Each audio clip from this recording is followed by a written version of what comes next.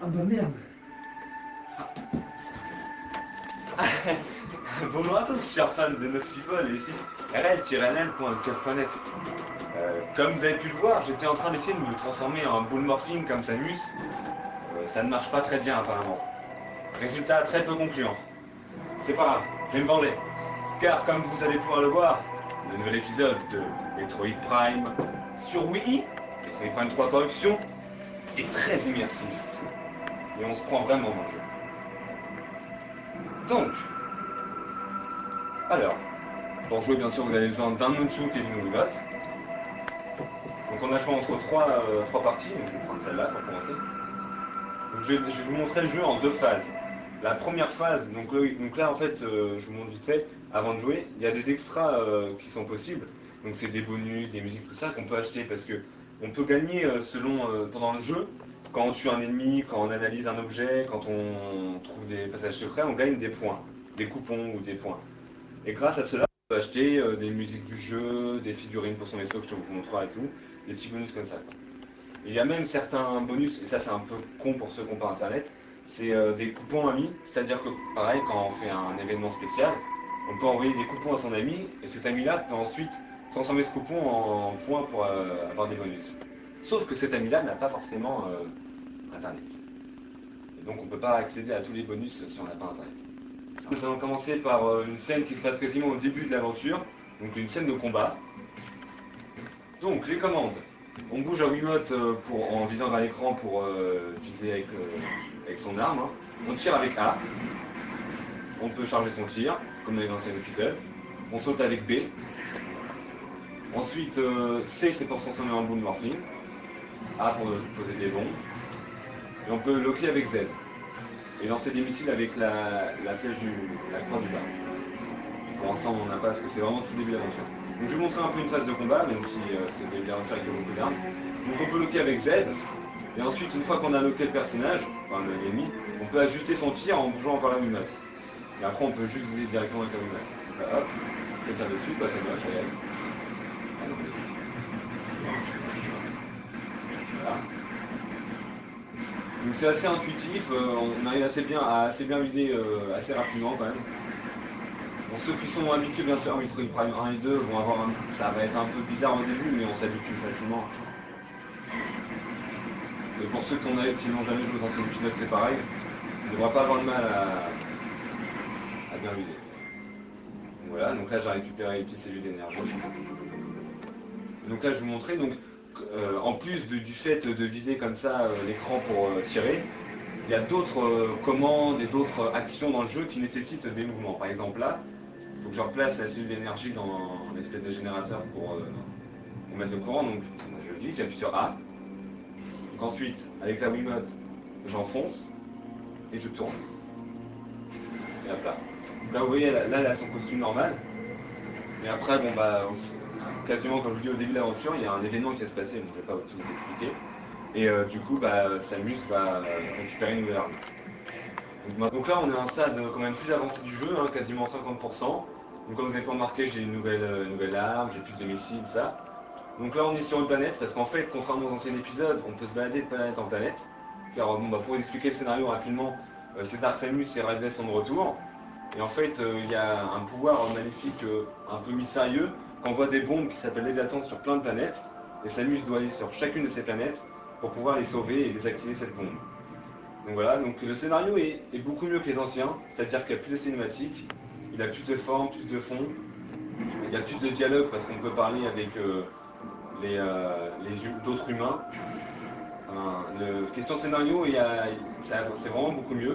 Bon, comme vous pouvez le voir, je vous ai déjà dit, les contrôles sont vraiment bien faits, on s'y prend rapidement.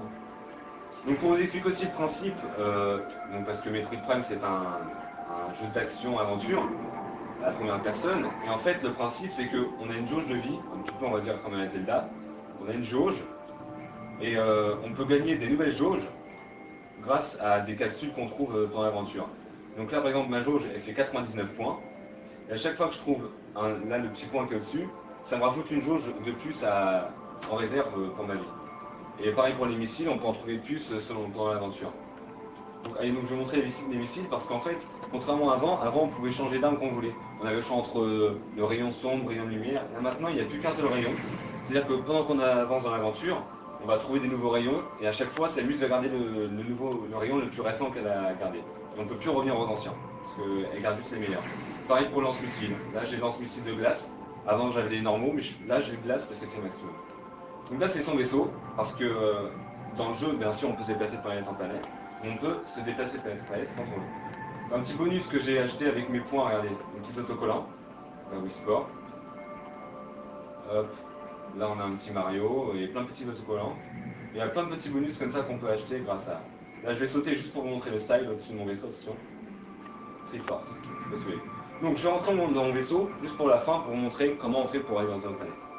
Donc là, on se trouve à l'intérieur du vaisseau, donc il y a plein de trucs possibles, regardez ses stats et tout. Là, il y a un autre bonus où il y a mon Mi. Donc regardez, par exemple, là, je peux faire ça, hop, j'appuie sur un bouton.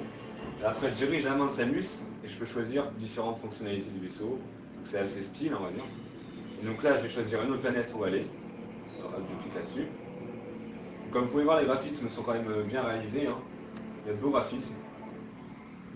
Hop, donc là, je prends cette planète-là, allez, c'est parti. Hop, puis on y va. Donc là, hop, de card. Tac, tac. Et puis on y va. Voilà, donc là on arrive sur une nouvelle planète. Là, en l'occurrence, c'est la base des humains, puis il y a de Samus. Donc là, c'est son nouveau costume qu'elle aura plus tard. Parce que, comme je vous l'avais dit, au début de l'aventure, il va y avoir un événement un peu spécial qui va arriver, ce qui fait que les humains de la Fédération vont l'aider, vont lui donner un nouveau costume, qui va lui conférer une nouvelle attaque avec son canon, qui s'active en appuyant sur le bouton plus. C'est le canon au phason. Donc le phason, c'est une énergie un peu spéciale qu'on trouve sur différentes planètes. Une énergie assez colossale, j'utilise d'ailleurs Dark Samus. Et donc avec ce canon-là, on peut activer plusieurs systèmes et tout. Et pourquoi Metroid Prime 3 Corruption? Je vais vous expliquer. Voilà pourquoi. À un moment, quand on garde l'attaque trop longtemps, le costume de Samus se corrompt. Et ça veut dire que ça déconne, ça détraque. Et l'énergie, elle se remplit de phason et ça peut la faire mourir. Parce que le phason, en fait, qui est dans le costume de Samus, il utilise son énergie. Voilà. Donc là, j'ai perdu, j'ai perdu une barre de vie. Donc voilà.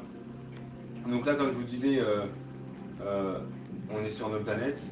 Donc en tout, si je ne me trompe pas, il y a une dizaine de planètes. Et chacune se sauve différemment. Donc là, voilà, c'est un humain de la Fédération. Donc ça n'existait pas dans les anciens. Les anciens, il n'y avait pas de dialogue, on était toutes seules, on pouvait parler juste avec les luminos ou quoi que ce soit. Là, il y a des humains, il y a beaucoup de dialogues possibles, il y a plein de cinématiques, comme je vous dis.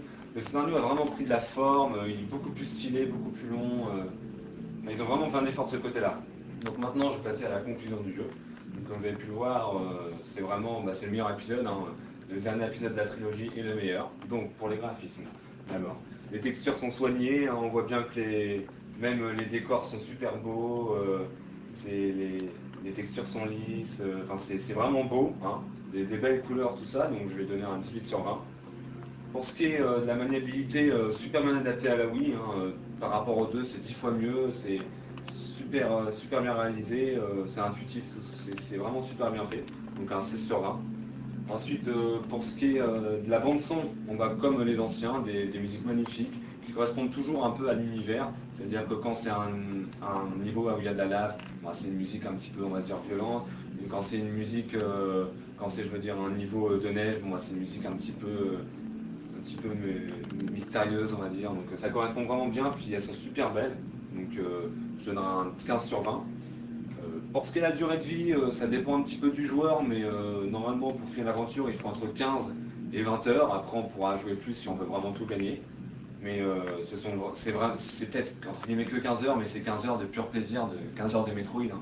Donc je vais donner 16 sur 20. Et pour ce qui est de la qualité du jeu, donc, comme je vous l'ai dit, le scénario a vraiment pris de la forme. Il y a pas mal de cinématiques. On prend vraiment du plaisir à y jouer. On est vraiment à fond dedans. Hein, on est vraiment à fond dedans. Donc je vais donner un 17 sur 20. Et pour la note finale, je vais lui donner un 19 sur 20. Parce que voilà, Metroid Prime 3, il termine vraiment la trilogie en apogée. C'est vraiment le meilleur épisode. Hein. Même si vous n'avez pas joué aux anciens, je vous le conseille vraiment parce qu'il est super magnifique. C'est un peu une sorte de FPS si on veut. Donc pour ceux qui aiment, on va dire, les FPS, ou les jeux d'aventure, action, un peu RPG, ça mélange un petit peu tout. Le seul truc, le seul point faible que je pourrais trouver au jeu, c'est qu'il n'y a pas de mode online et pas aussi de mode multijoueur. Mais à part ça, vous pouvez vous remuer dessus, il n'y a pas de problème. Donc merci d'avoir regardé ce test et à bientôt.